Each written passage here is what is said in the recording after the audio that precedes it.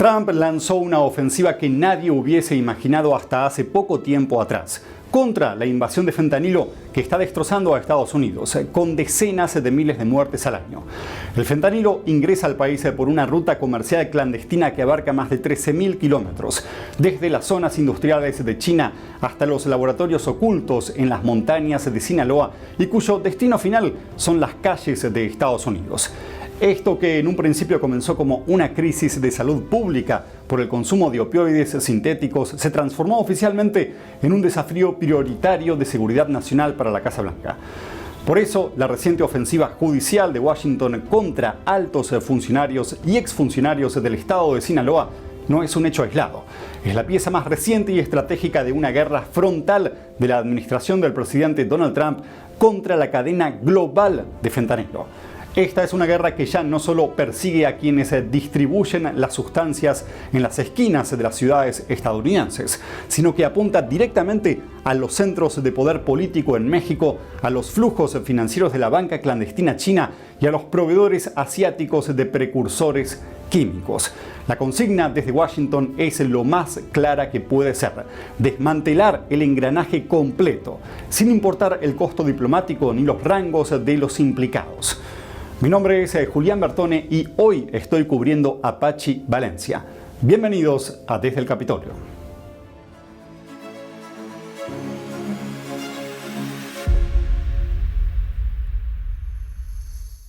Para entender la magnitud de las acciones que hoy se coordinan desde Washington, es necesario dimensionar la gravedad de la crisis interna.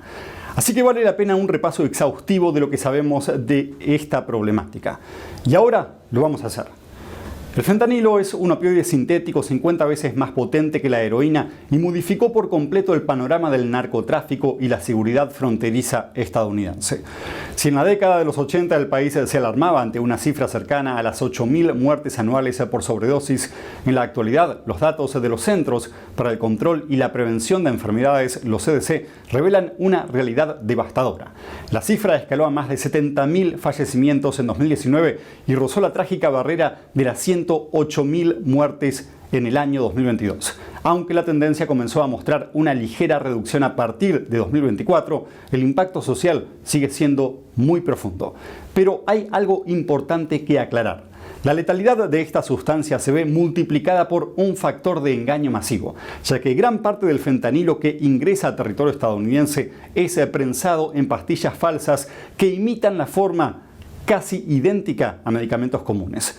Esto hace que miles de ciudadanos consuman estas pastillas pensando que están ingiriendo medicamentos, cuando en realidad están ingresando en sus cuerpos un veneno mortal. Ante este escenario, la Casa Blanca no tuvo otra opción más que redefinir el problema. Sarah Carter, actual directora de la Oficina de Política Nacional para el Control de Drogas de la Casa Blanca y periodista de investigación con amplia trayectoria en seguridad fronteriza, planteó recientemente una pregunta que define la doctrina actual de Washington. ¿Cómo detenemos esta expansión y evitamos que devaste zonas enteras de nuestra nación? Carter señala que el fenómeno dejó de ser un problema exclusivo de consumo o delincuencia organizada local. Hoy, la cadena de fentanilo involucra a actores y potencias extranjeras que, de manera directa o indirecta, se benefician del debilitamiento social e institucional provocado por esta epidemia de drogas sintéticas en el hemisferio occidental. Informes de inteligencia de la Administración para el Control de Drogas, la DEA, venían advirtiendo de este patrón desde hace una década. Ya en los reportes de 2016 y 2020 se consolidó la estructura de la ruta. Los precursores químicos proceden de la República Popular China, son trasladados hacia laboratorios clandestinos y operaciones de prensado en México y posteriormente se distribuyen masivamente en el mercado estadounidense. Y en el centro de la ejecución de esta ruta en el continente americano aparece una facción específica del cártel de Sinaloa, los Chapitos, liderada por los hijos del histórico capo Joaquín El Chapo Guzmán, quien cumple condena perpetua en una prisión de máxima seguridad en Estados Unidos tras su extradición en 2017 y condena en 2019. Según el Departamento de Justicia, Iván Archibaldo Guzmán Salazar, Jesús Alfredo Guzmán Salazar, Joaquín Guzmán López y Ovidio Guzmán López fueron los pioneros en industrializar la fabricación del fentanilo desde el año 2015. Pero en esta organización criminal tuvo lugar un quiebre estratégico cuando entre 2021 y 2022 la DEA logró una de las infiltraciones más profundas y exitosas de su historia reciente dentro de su estructura. Esta operación encubierta permitió conocer detalladamente las redes de producción, los esquemas de seguridad armada y las complejas vías de lavado de dinero que sostenían el negocio. Y el resultado directo fue una masiva ofensiva judicial en abril de 2023, donde el Departamento de Justicia anunció cargos criminales contra decenas de integrantes de la red, abarcando desde los líderes de la fabricación hasta proveedores de insumos químicos en Asia. Esta estrategia de la Casa Blanca se caracteriza por aplicar sanciones económicas y acciones penales extraterritoriales. El mismo día de la acusación contra los Chapitos, la Oficina del Control de Archivos Extranjeros del Departamento del Tesoro sancionó e identificó a empresas y ciudadanos con sede en China involucrados en el suministro directo de precursores. Entre los casos más significativos documentados por la justicia estadounidense se encuentra el de la firma Wuhan Shuokang Biological Technology, señalada por la venta masiva de sustancias químicas básicas, y Suzhou Xiaoli Pharmatech, corporación que llegó a enviar a Sinaloa 25 kilogramos de un precursor químico fundamental con el pleno conocimiento de sus representantes de que el destino final sería la síntesis de fentanilo ilícito. La subsecretaria de Justicia de Estados Unidos, Lisa O'Monaco, marcó una línea clara al advertir que el arsenal legal del gobierno estadounidense se aplicaría en cualquier rincón del mundo, especificando que perseguirán a las empresas y ejecutivos de la República Popular China que produzcan y exporten los insumos químicos que los cárteles necesitan. Meses después, en junio de 2023, el Departamento de Justicia expuso un caso paradigmático tras otra exitosa operación encubierta de la DEA, el caso de la empresa Hubei Amarvell Biotech. Esta compañía no solo buscaba de forma activa clientes en México, sino que anunciaba sus precursores químicos en páginas web con leyendas explícitas como promoción especial para México, garantizando además métodos de envío 100% discretos para evadir las aduanas. Agentes encubiertos de la DEA, simulando ser compradores interesados en establecer un laboratorio en Nueva York, mantuvieron comunicaciones cifradas durante 8 meses con la directiva de la empresa china. Los ejecutivos aceptaron pagos en criptomonedas y confirmaron estar al tanto del uso ilícito de la mercancía. En una videoconferencia clave, los representantes de la firma asiática acordaron el envío de un cargamento capaz de producir millones de dosis letales, sugiriendo incluso que contaban con clientes en México y Estados Unidos capacitados para ofrecer asistencia técnica en el proceso de fabricación. Aunque el cargamento fue desviado intencionalmente hacia California por motivos de seguridad de la red criminal, la DEA confiscó el material en un almacén cercano a Los Ángeles, confirmando científicamente la presencia de los análogos del fentanilo. El alcance de este ecosistema ilícito obligó al Departamento de Justicia y al Departamento del Tesoro a desarticular no solo el tráfico físico de la droga, sino su sustento financiero. Y es aquí donde la investigación criminal revela una conexión profunda con redes de lavado de dinero que operan mediante la denominada banca clandestina china. Entre los años 2019 y 2023, las operaciones del cártel de Sinaloa generaron miles de millones de dólares en efectivo dentro del territorio estadounidense. El principal obstáculo para la organización criminal era cómo repatriar esos fondos a México y convertirlos en moneda local sin encender las alarmas de los sistemas bancarios occidentales. La solución fue un sistema de vasos comunicantes financieros con ciudadanos de origen chino. El mecanismo detallado en acusaciones federales en Los Ángeles en junio de 2024 funcionaba de la siguiente manera. La primera pieza eran los ciudadanos chinos con alto poder adquisitivo en su país, pero limitados por los estrictos controles de salida del capital impuestos por el régimen chino, que necesitaban obtener dólares en el extranjero. La segunda pieza eran las redes clandestinas que los ayudaban a obtenerlos.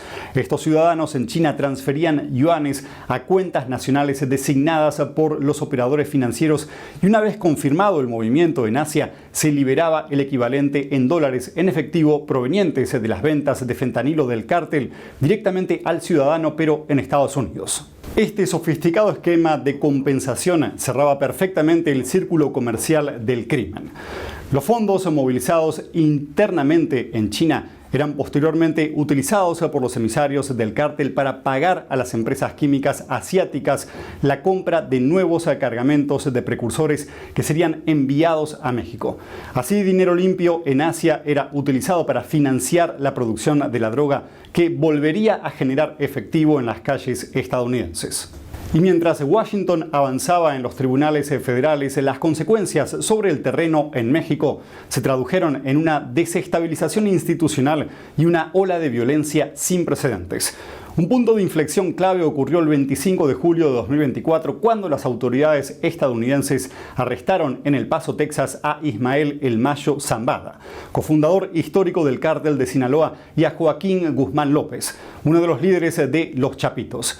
Este arresto provocó una fractura interna inmediata dentro de la organización y a partir del 9 de septiembre de 2024, el estado de Sinaloa se convirtió en un escenario de confrontación armada abierta entre las facciones en disputa. La capital del estado, Culiacán, sufrió una parálisis casi total. Comercios cerrados, suspensión de clases, escasez de transporte público y comunidades enteras confinadas en sus hogares ante los constantes tiroteos. Métricas de esta crisis reflejan la magnitud del conflicto. Informes del Consejo Estatal de Seguridad Pública registraron 1.709 homicidios dolosos en el lapso de un año a partir del estallido de la violencia, sumado a un reporte de más de 1.500 personas desaparecidas en el mismo periodo. Datos de la Comisión Estatal de los Derechos Humanos elevaron la cifra de desapariciones a 2.171 personas durante el año 2025, evidenciando un entorno de profunda complejidad social. Para contener la situación, el gobierno federal de México incrementó de manera sustancial la presencia militar y de las fuerzas de seguridad en la región. Las operaciones conjuntas de la Secretaría de la Defensa Nacional, la Secretaría de la Marina y la Fiscalía General de la República dieron como resultado decomisos significativos. Entre octubre de 2024 y febrero de 2026, la Secretaría de Seguridad y Protección Ciudadana reportó el aseguramiento de más de 33 toneladas de diversas drogas y 2 millones de pastillas de fentanilo. Asimismo, en mayo de 2026, la Armada de México inhabilitó laboratorios clandestinos de metanfetaminas en el territorio sinaloense, buscando golpear de forma continua la capacidad de producción física de las organizaciones criminales. Ante la magnitud de los flujos financieros y la violencia territorial, la respuesta institucional de Estados Unidos dio un giro doctrinal histórico a inicios del año 2025.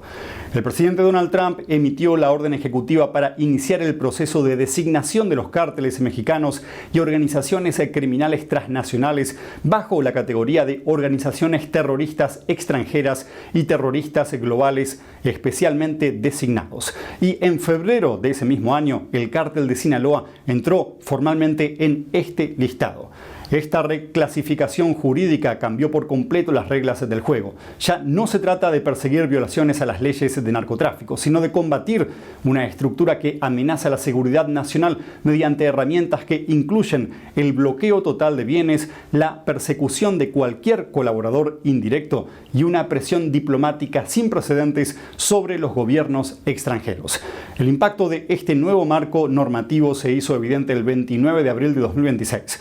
En una decisión judicial sin precedentes, el Departamento de Justicia de Estados Unidos acusó formalmente a Rubén Rocha Moya, gobernador del estado de Sinaloa, junto a otros 9 funcionarios y exfuncionarios de la administración local, de participar en una conspiración delictiva para proteger y facilitar las operaciones de los Chapitos para el ingreso de narcóticos a territorio estadounidense. El administrador de la DEA, Terrence Cole, fue categórico durante el anuncio oficial de los cargos. Dijo que el cártel de Sinaloa no solo trafica drogas letales, sino que es una organización terrorista designada que se vale de la corrupción y el soborno para fomentar la violencia y el lucro.